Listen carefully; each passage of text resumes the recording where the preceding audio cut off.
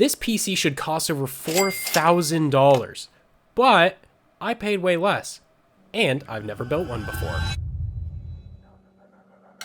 So this could either be the best deal I've ever made or a really expensive mistake. Hello everybody, my name is Austin, you can call me Chxvii, and welcome to my first ever PC build, completely from scratch. Now I have built a server rack before, and you should definitely go check out that video after you finish this one. But this is a full workstation for my engineering course loads. 3D modeling, CFD simulations, maybe some content creation, and oh yeah, some high FPS gaming. Now join me and let's see if I can actually pull this off first try. Tell them to bring me my money. Yeah!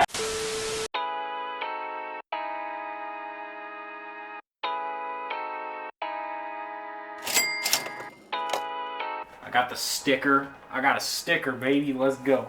Okay, this is, I feel like I want to say this is the part that I'm most nervous for, is actually, you know, handling the processor. Okay, I'm not gonna open that yet. I'm scared. I'm not gonna lie. I'm trying to treat this unit with respect because I am a nervous man. Cool. I'm gonna get down on one knee. I'm getting close for this.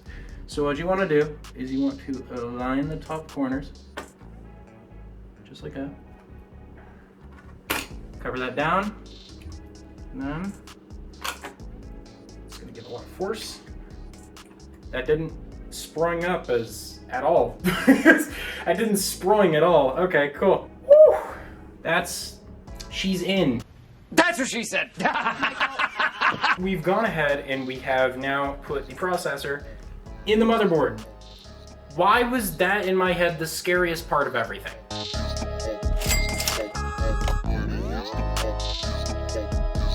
We went for non-RGB because I don't really care that much for RGB.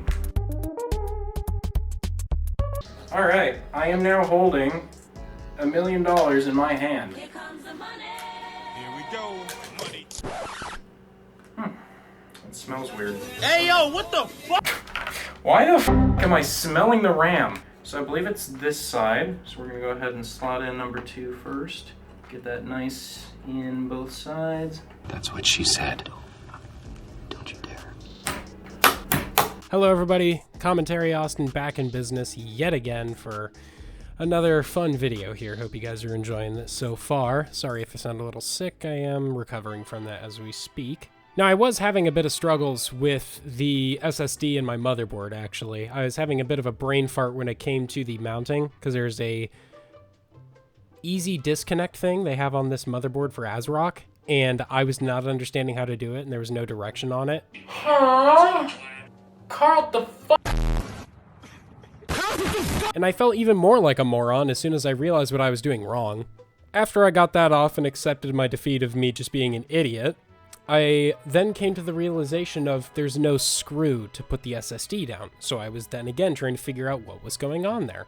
Turns out they just had a little twist screw already pre-installed, kind of hidden in there. So I just had to twist it on to support the SSD on the drive and everything was a-okay. Is that it? Is there no screw? Is there a screw? It's a fucking latch. Alright everybody, after doing some painful fiddling and contemplating my life, so I did found the little lever, or a little switch right there. So I was able to switch it on over and keep this M.2, put it in, it's nice and attached. So now what we get to do is we're going to take off the heatsink on the bottom of the quick release and then re-put the quick release on. I think out of every part that I worked on so far on this computer, I overcomplicated the SSD and the mounting of the SSD more than literally anything else. Somehow, I stay undefeated at making things more difficult than they should be. The next part that we will be installing is our air cooler, or the CPU cooler. I decided to go with air cooling because the difference between liquid and air cooling is negligible, and I don't believe I'm going to be pushing it to a boundary to where I need to see the difference between liquid and air. This is a workstation computer, primarily for engineering, as I said in the beginning, but air cooling can last longer. If something fails in the water pump of the CPU cooler, then there can be catastrophic effects. Sorry, cleaning up the edges. As you can see, I'm edging. That's not funny. Do not laugh. That's not funny. The 9950X also doesn't get as hot as some of the gaming predecessors like the X3D chips, so I'm much happier to stick with air cooling in this scenario, and as I'm recording this video so far, it's held up very nicely on my unit. The reason I chose the Frozen A720 was because it was one of the better air coolers on the market. To rival the performance of the Frozen A720, you'd need to look at buying the Noctua G2, and that's better than the A720, but you're paying double to get it. The A720 came in around $65 on Amazon. The G2 you can find for around 125 bucks. If you find a used one, sure, maybe that'll work, but to get brand new, you have to look $125 to get better air cooling performance. I'm very happy with the way that this ended up. Plus, they gave me a magnetic screwdriver. How can you not be excited about that? They gave me an ID cooling screwdriver. Oh, it's magnetic. Oh, that's nice. I also got to apply thermal paste for my second time ever. My server skills definitely came in handy with that, which, by the way, you can definitely go check out that video and see how I did for my first ever time applying thermal paste if you'd like to. The next fun challenge with this was actually mounting the fans to the heat shrouds, which definitely came with a bit of a challenge. It threw me off for a little bit because of the metal clip retainers that you had to install on there.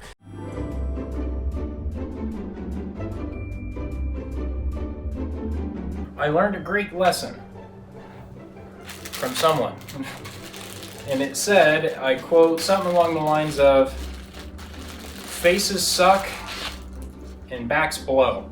In an instance of my case fan, the face will suck. It's gonna pull in the air. So if you see the fan like this, you see the little logo, that means it's pulling air in.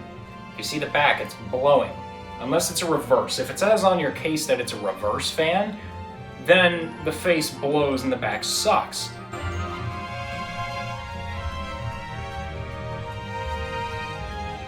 Definitely messed it up once and had a minor heart attack when I thought I bent one of the heat shroud fins, which, to be fair, I did bend it. However, it was fixable and I was able to bend it back. It wasn't severely bent to where it was catastrophic to the performance of the CPU cooler.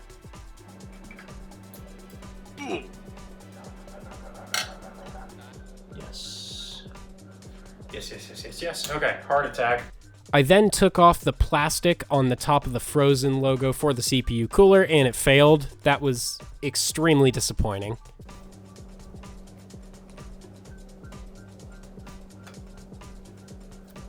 Oh, you really? Bruh.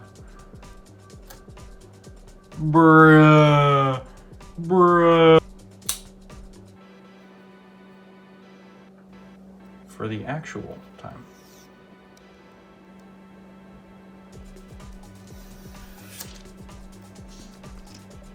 Very nice. Don't mind the minor scratches from a knife, because that was some bullshit. That looks really cool, actually. After I was finished with that, I decided to go ahead and just wire up the fan since they were right there on the motherboard. I got a little confused and tried to put it into its little adapter that would be there for RGB cables. I do not have RGB on this because I didn't want to go for a build that has RGB, as I was memed earlier because of. After getting the confusion out of my system, I was able to just go ahead and plug the two power cables in, and it was ready to rock and roll, and it was very happy. You live and you learn. Playing with power cables and trying to read everything on a motherboard is kind of fun after a little while. It's an enjoyable game. I don't know. That may be a hot take. Let me know what you guys think. Do you enjoy routing cables to your motherboard? I think it was kind of satisfying, but I'm me, so who knows. And after my conquest, I earned a well-deserved snack, a protein bar. And after finally getting the processor cooler assembled and on the motherboard is entirely finished, except for the power cables, which we need the rest of the case for that. You know what that means, it's case time. So I finally get to unbox my case, which is the Fractal Design North XL. This is one that I've had stored in my closet, admittedly, for over a year, because I knew this is the case that I wanted to get, and I caught it on a very nice discount. So I've been hoarding it for that day that I finally get to build a computer. It's one of the 5 main parts that I've had for way longer than I should have, but I had it ready for when a PC was going to get built. This case is stunning. It's sleek, it's aesthetic, it's great for air cooling. I absolutely adore it, and the wood grain is just the perfect texture to add on top of it, especially since I'm not chasing any flashy RGB builds. After I get it out, I tear it down, take all the panels off of it, and then I decide I wanted to take the original factory case fans out. The reason I'm doing that is because I got 3 Noctua A14 140mm fans I was going to replace the very front, because those ones are more efficient, their bearings are better quality, and they can pull in more airflow per minute with lower power levels than the factory Fractal Design North ones. So I was going to make the 3 Noctua fans the 3 primary intake fans on the front of the case. And then my great master plan has one of the Fractal fans on the back as an exhaust fan, and then 2 of them on top as exhaust fans. That way I can try and keep the pressure as even as possible so there's not too much air coming in and there's not enough air getting blown out of the case. So it's an even pressure environment. Obviously, if you had to choose one, you would want too much air than not enough, but I wanted to try and make it as even as possible, especially for an air-cooled processor on a very air-efficient PC case. I wanted it to be maximum flow in, maximum flow out. This is the setup I was going for. I just had to painstakingly take those fans off, and it was not fun. After I was done taking those fans off, it then moved to the fun part of installing the Noctua fans, which are stupidly high quality. Noctua does great for their engineering work. It's honestly a marvel to look at, and for someone who's studying engineering, bravo, full applause to them. I've seen a lot of people rave about the quality of Noctua. I've never gotten to experience it until now, and it is mind-boggling.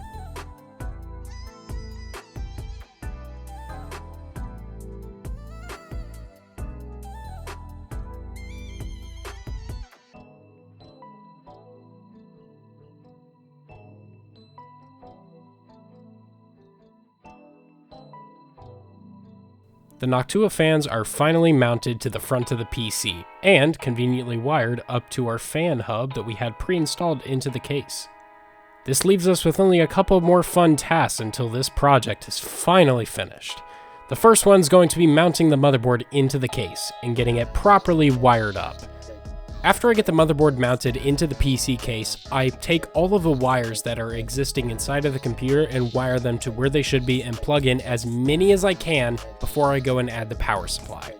This will significantly reduce the amount of work, struggle, and frustration that I will have to deal with in the form of wiring, especially once the power supply is added into the equation. The power supply adds a load of wires that still confuse me like no other, so I wanted to get as many as I could connected while I could before anything else gets thrown in. After a load of wiring, it looks pretty good. Along with the wiring mess were the 3 Fractal fans that came included in the case, which as intended, I mounted 1 to the back as an exhaust, and then 2 to the top as an extra exhaust fan.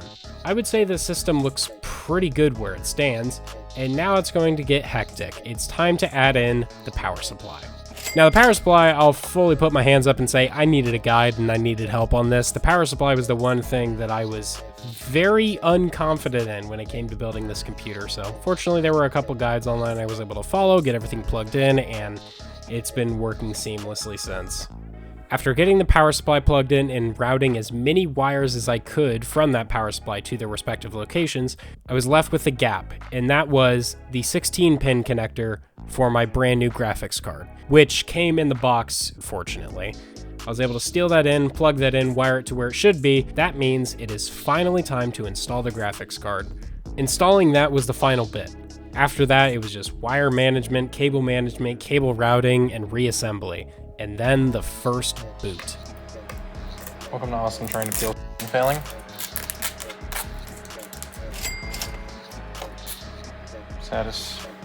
Satisfying.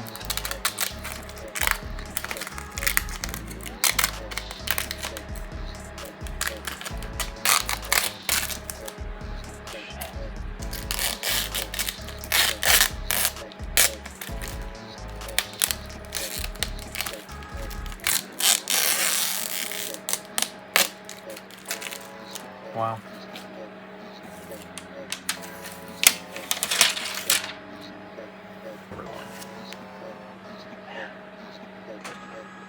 Okay, here we go. I can't believe I just did that. I'm humbled.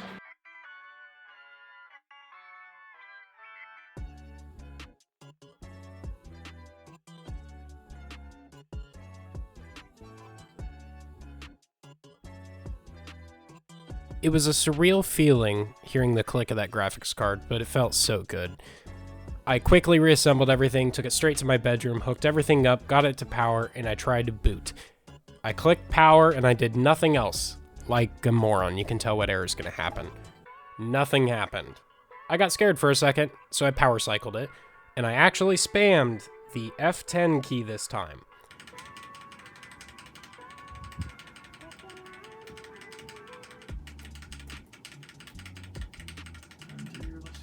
Oh, holy sh**. It's displaying something. Oh, I'm in the f***ing BIOS. Holy f***, I did it. Oh! No way.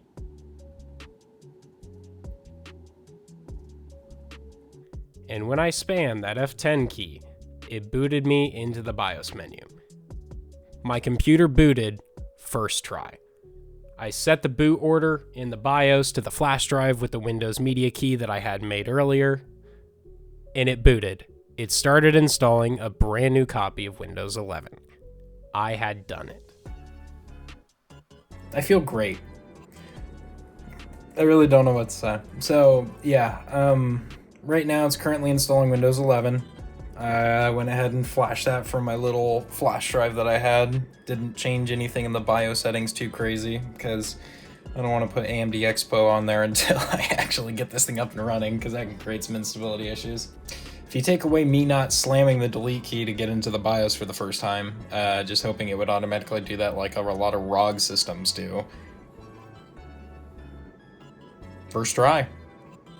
First time, first luck, I don't know, man. It's a great feeling. I love it.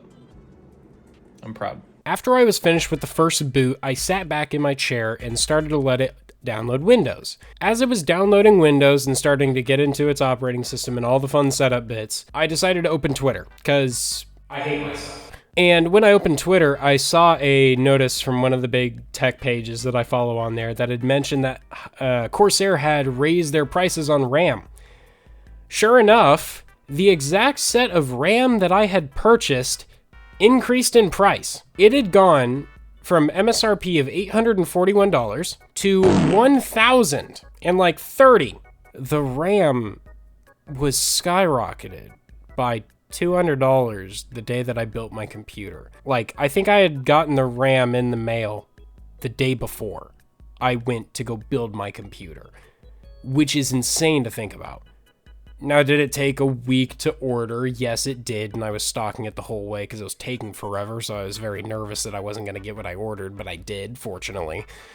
I just thought that was mind-boggling, and they posted a screenshot, and it was functionally of this exact same RAM that I had purchased, which was very notable because instead of being CL30, it was Z30, because it was, 30 milliseconds latency, but it was made for an AMD Expo set. It was promoted to be an AMD Expo set. So, because you can imagine you're me right now. You just finished your computer, you're letting it update Windows. Oh, great, this is such a fine day. I'm going to hate myself and open Twitter real quick.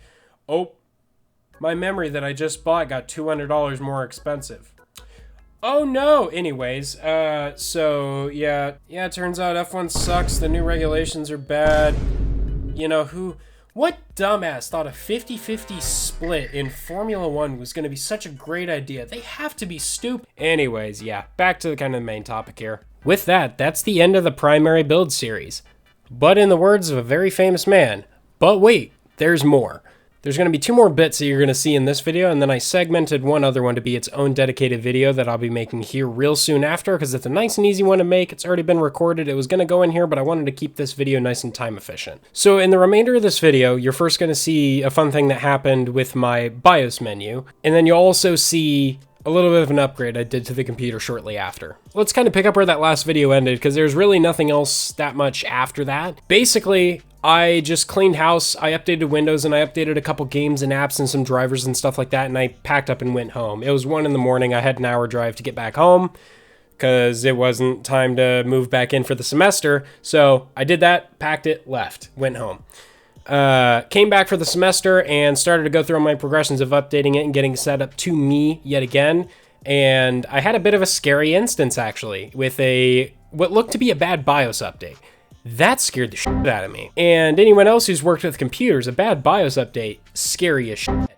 I tried to update the BIOS on the motherboard because I am on the 9th generation AMD. You do want to try and update that typically to make sure it's on a stable firmware, because there are a lot of reports of 9000 series AMDs going out, especially on ASRock platforms. I'm being safe, so I updated my BIOS. When I was doing that, I started the BIOS update, and it froze. It froze. It did nothing, and it sat there for 2 hours and did not change. I think it flashed something of like, do not turn off power, do not change anything and all that, or there could be irreparable damage. So I didn't do anything. And then I finally just kind of came to the realization of I need to test it. And if it doesn't work, boo-hoo, I have warranties. So I turned it off, turned it back on, nothing happened. It was perfectly fine. So it just soft locked before it even initiated the BIOS update, which is very weird, but I guess I'll take that. So I tried to BIOS update it again, succeeded flawlessly. It just scared the shit out of me in the meantime, because I did not want to ruin this computer that I just built, worked perfectly fine, and all I did was one small little firmware update, and it pissed it off real good. So yeah, that was not optimal, but you know, it is what it is. And the last bit that you're going to see on this video is just a bit of an upgrade that I did. I'd purchased several bits basically and just kind of held them. And one of them was a 2TB SN850X Western Digital hard drive that I initially had in my gaming laptop for extra storage because I needed storage space to do all my content stuff and store my CAD models. So I bought one, you know, when they were actually good prices. So I basically just went, I added that SSD in there from my laptop and boosted the storage to 4 TB total. And then the one other bit that I did was my little NOS bottle sag bracket. That is this little item right here, and I'll show some more pictures available on screen too. Long story short, so it's not just a yibber yabber fest or anything like that. I have this NOS bottle available for sale on my Etsy right now, available to the public. And I have plenty of more iterations, plenty of more ideas, and plenty of more models that are going to be released on there in the coming future. They're just sitting in the pipeline right now, including one of my fun projects that I'm really looking forward to get started this summer, which I'm not speaking about much, but if you pay really good attention to some of the teasers I've been given, you'll know exactly what's coming. Keep an eye out for that. Drop a comment if you think you know what it is.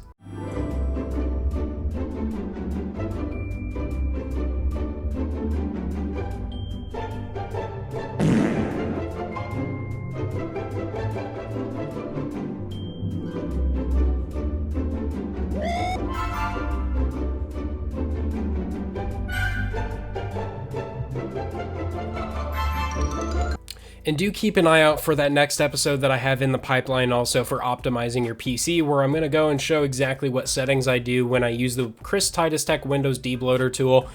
I'm not going to lie, I've used it about 6 times now. I'm not going to say the other number. Don't you even fucking get me started. Look out for a video on that. Should be a just nice, quick, probably 5 to 10 minute video just showing what I do and me doing it to my laptop live so you can see exactly what I'm doing, the processes I go through, what I recommend, what I don't recommend, and optional other options too.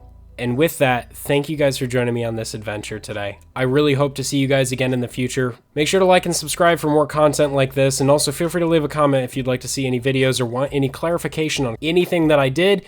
Answer any questions that I can, no matter the level of technical expertise that you're looking for. Let me know if there's any other type of content that you want to see, or if there's anything in this video that you'd like me to expand on in the future. Thank you once again for joining me. I hope to see you guys in the next video. Take care, and God bless.